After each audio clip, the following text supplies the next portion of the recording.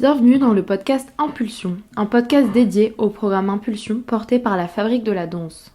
Ce programme d'accompagnement est à destination des chorégraphes qui souhaitent mettre en place des projets artistiques engagés auprès de jeunes en difficulté, des élèves du quartier politique des Amandiers, dans le 20e arrondissement, des personnes handicapées mais aussi des jeunes migrants. Aujourd'hui, nous sommes en présence de Michaela Meschke qui est en résidence cette semaine à la Petite Fabrique pour développer son projet chorégraphique engagé. Alors, Michaela, est-ce que tu pourrais te présenter artistiquement ? Oui, moi j'ai une double formation en danse et en théâtre et ça influence mon travail. Je ne peux pas travailler sans le corps qui bouge et j'aime beaucoup aussi la dramaturgie, même si certaines de mes pièces ne suivent pas des narrations linéaires, mais j'aime bien mélanger ces univers. Je trouve que ça me donne plus de pistes d'expression pour traduire mes intuitions, voilà, ce que je peux imaginer et le donner des formes multiples. J'ai aussi beaucoup travaillé avec la performance dans l'espace public. Ça me tient au cœur que l'art puisse exister dans la cité, que ça ne soit pas nécessaire d'aller acheter un billet, savoir que telle compagnie joue dans tel petit théâtre. Pour ceux qui le savent, c'est super, mais ça exclut une grande partie de la population. Et la performance qui a lieu dans la rue, ça permet de faire exister l'art là où on ne l'attend pas, accessible à tous. Et même si certaines choses que j'ai pu faire peuvent être conceptuelles, ça n'empêche que la manière de créer du partage, ça permet d'inclure les gens qui passent et qui n'y s'attendent pas. Voilà. Et en fait, c'est un des moteurs, c'est l'idée de créer du partage et possibilité de rencontre autour d'une œuvre artistique. Et pourquoi tu t'es engagée dans le programme Impulsion ? Je pense qu'en œuvrant ensemble, ça crée plus d'impact. Les chorégraphes, c'est souvent des gens qui travaillent seuls, qui ont beaucoup de responsabilités. Et ici, on se retrouve à être plusieurs chorégraphes ensemble. Donc, on mutualise nos forces, nos expériences. Et ça fait du bien de voir que les problématiques qu'on a au quotidien, ils sont partagées et qu'ensemble, on peut s'aider. Et je pense qu'à travers ce programme, on peut mieux aider en utilisant la danse comme outil. Et qu'est-ce que c'est que pour toi qu'être un artiste engagé ?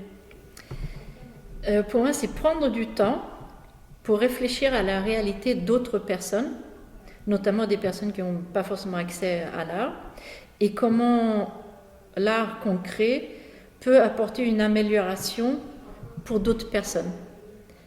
Ça peut être le plaisir de regarder, mais là, dans ce cas-là, c'est aller plus loin. Comment quelqu'un peut se sentir mieux parce qu'à un moment donné, la danse est lui accessible, soit parce qu'il le pratique dans un atelier, soit parce qu'il ou elle peut voir sur scène. Et quels sont tes objectifs à travers ce programme ? Créer un cadre soutenant qui permet l'action artistique, sachant que souvent l'artiste lui-même il peut être précaire, notamment après le Covid. Pour le moment, donc, nous sommes bénévoles dans nos actions, mais dans ce programme nous permet de réfléchir à comment on peut pérenniser une action, comment on peut mesurer un impact positif. Nous, on est danseurs, on est tous intimement convaincus du bienfait de la danse, physiquement, mais surtout moralement, dans ce que ça peut être d'être ensemble, de ne pas se sentir seul, de créer ensemble, et dans la joie. Mais ça, il faut qu'on puisse aussi il faut aussi pouvoir convaincre d'autres, ceux qui peuvent être des partenaires ou des financeurs. Et ça, c'est des choses auxquelles on réfléchit ici dans Impulsion. Merci. Quels sont tes projets de création avec les jeunes ? Je me suis mis en binôme avec le chorégraphe Elsa Lixo et on va créer ensemble. Elsa, comme moi, elle s'intéresse aux mots, aux textes, à l'humour aussi, je pense qu'on a ça en commun. Et donc, j'ai proposé qu'on utilise des mots porteurs d'un sens aussi bien physique que symbolique, comme par exemple soutenir, amener, impulser, arriver et autour de ça, on va à 4 mains et 4 jambes, on va créer avec le groupe. Voilà. Quels sont tes moteurs, tes motivations de travail ? Si j'analyse ce que j'ai fait, que je regarde les différentes pièces, et même dans ma vie, il y a une très très forte moteur, c'est l'injustice. C'est quelque chose que je ne supporte pas, ou l'exclusion, qui est une forme d'injustice. Et donc ça a été à la base de plusieurs choses que j'ai fait.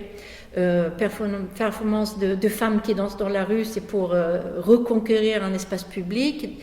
J'ai aussi fait une autre pièce qui traite un peu ce qui se passe à l'intérieur d'une maison. C'est une pièce avec l'humour noir, mais qui traite des difficultés de la vie, donc de différentes manières.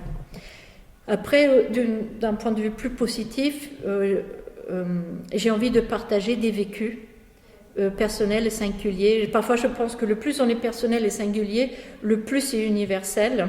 Et ça nous permet de sentir qu'on est ensemble, même si on est très différents, il y a quand même des préoccupations qui se regroupent chez beaucoup de gens.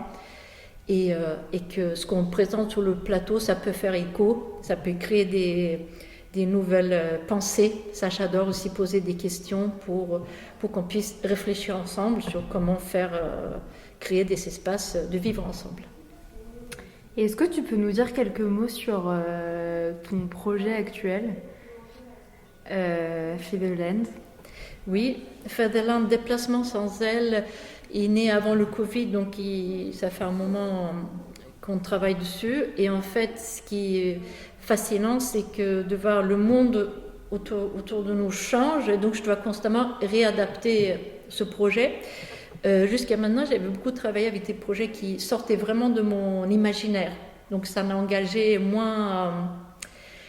le regard critique qu'on pouvait porter dessus était différent. Là, pour cette pièce-là, j'ai envie de parler de notre point de vue sur l'histoire. Nous, en tant qu'Européens, liés au...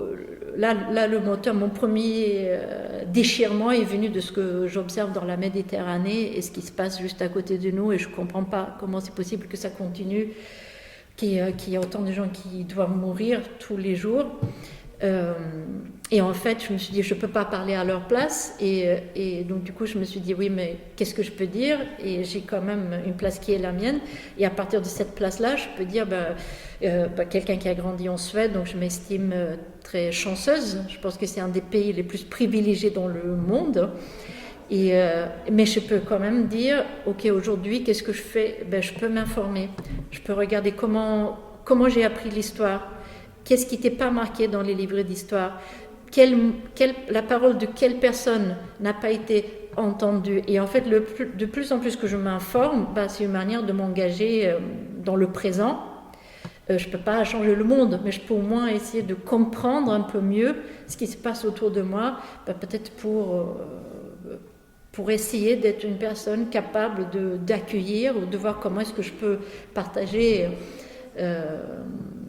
quelque chose, et pour le moment un objet artistique. Voilà. Donc Featherland, il parle de ça, d'une manière assez imagée et imaginaire. Voilà. Mais c'est une question autour de ça, de notre place, nos points de vue d'Européens et notre place aujourd'hui dans la société. Est-ce que tu peux nous dire comment se passe l'écriture sur le plateau ? Moi, j'ai choisi de travailler avec une équipe qui m'est très précieuse. Ce sont des gens qui sont tous engagés dans différents types de questions, que ce soit féministes, environnementales. Voilà. Donc je sais qu'on partage des questions de base par rapport à nos sociétés, ce qui fait qu'on peut avoir des échanges vraiment intéressants. C'est des gens qui ont tous une formation en théâtre, plus ou moins dans le mouvement.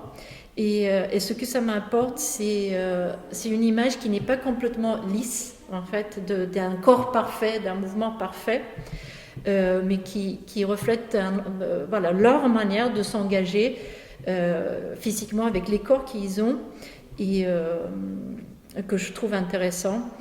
On a commencé le projet donc en 2019 et ils sont acceptés de suivre toutes les différentes tournures, et aussi donc avec la société qui évolue au fur et à mesure, ce qui fait qu'on doit constamment en fait rectifier le tir de ce qu'on dit, parce qu'il y a des choses qui changent.